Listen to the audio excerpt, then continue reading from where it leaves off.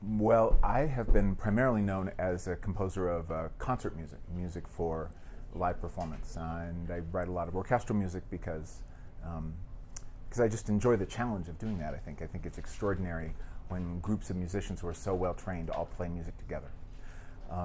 So anyway, Jordan Peele saw some of my orchestral music live performances on YouTube, and he had the producers of Get Out hunt me down and give me a call.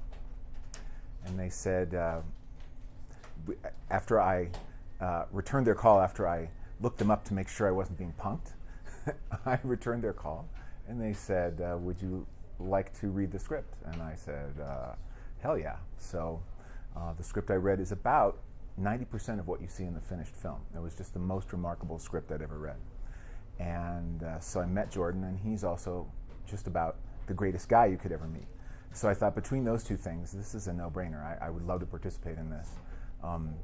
And I was just doing it because I thought it was such a great, important script to see executed, and because I wanted it out there in the world with a really well-told story.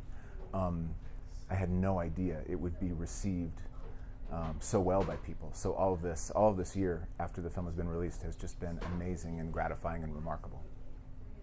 Jordan, as now everybody knows, but back then nobody knew, that he is a huge fan of suspense and horror and has seen every film in the genre, and is also a student of all the music. And he's very much aware of what makes music effective in a film. And so we were able to sit down right away in our first meeting, just over a hamburger, and have a really great conversation about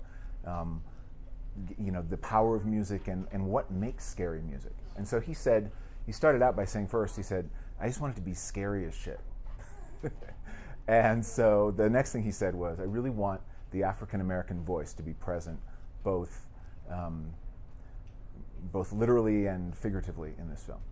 And so we talked about that, and we kind of came up with this concept of what I call gospel horror, meaning that a style of music where you could clearly tell it was the African-American voice and African-American voices singing, but at the same time something that was just really scary without any hope or uplift to it. So we talked about how the voices needed to really be the voices of the departed, of departed slaves, of lynching victims, of every African-American person who's been wronged in any way, kind of. And that the ghosts were really trying to warn Chris, the lead character of Get Out. But when ghosts speak to us, they don't just say "get out" to you. They knock over a lamp, or there's a shadow, or you have a dream or something. Ghosts speak in metaphor, and so I knew they couldn't be speaking in English. So after researching languages, African languages, I chose Swahili to write in because it wasn't the most common language of the actual slaves, but it's a very musical language, and I needed a little bit of artistic license to be able to come up with something. So I started by thinking, well, what would they say? Well, they'd say "get out," but that's a figure of speech. That's not going to translate in Swahili. So I had to think of other phrases they would say if they were going to be warning Chris to get out. And then I would translate those phrases, and I would try them on my tongue and see how they felt and whether any musical ideas occurred to me.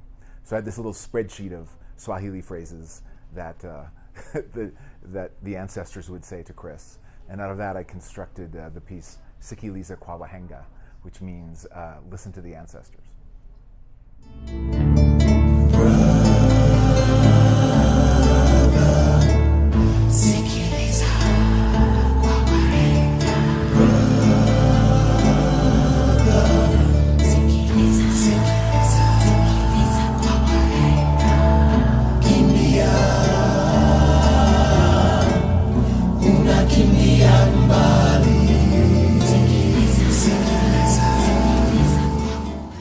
At the beginning, I didn't have any expectation that we'd have any funds to do any live recording beyond the singers. So I was using all digital samples. It was all coming out of my studio. but then at the end, when Universal became involved, there became a little more money. So we were able to use live strings at the end, which was great. But all the other sounds are digital, and so the harp, that's me playing, and some of the more synthetic sounds, even though there aren't a lot of them, but what there are, those are digital samples. On the Sakhi Lysa track, I was going to use dobro, and I was going to use dobro because one of the things that Jordan wanted everyone to understand about the lead character is that he's a city boy, and because he's a city boy, being out in the country itself is scary, because he's just a fish out of water. And so I thought, well, dobro is identified with the country and bluegrass kind of, and so it would be natural that was under the track. But it's one of those things where you get to, and so it was time for me to record that, and I had every instrument in the world except for a dobro sample. I didn't have one anywhere in my libraries, and of course I was under deadline, so I thought, well, what else have I got that's plucked? So what I ended up using was a kora, which is a Japanese instrument, and an oud, which is a Middle Eastern instrument, to create the sounds under that track primarily. And I thought, oh, this will do for now, and then I'll use dobro later. So, but that, as it goes, then when I tried to replace it, Jordan didn't like it. He's like, no, it's got that. I like what you had. It's unfamiliar sounding, and that's scary, you know. So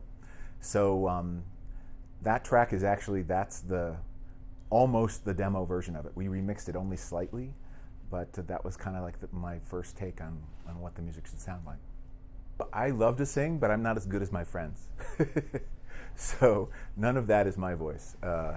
It's all of them. They're musicians who I think of as friends, especially now, from LA, who are really terrific singers. And so we had a session where I showed them, I taught them, I said, this is how it goes. And they hadn't seen the film, they hadn't seen the script.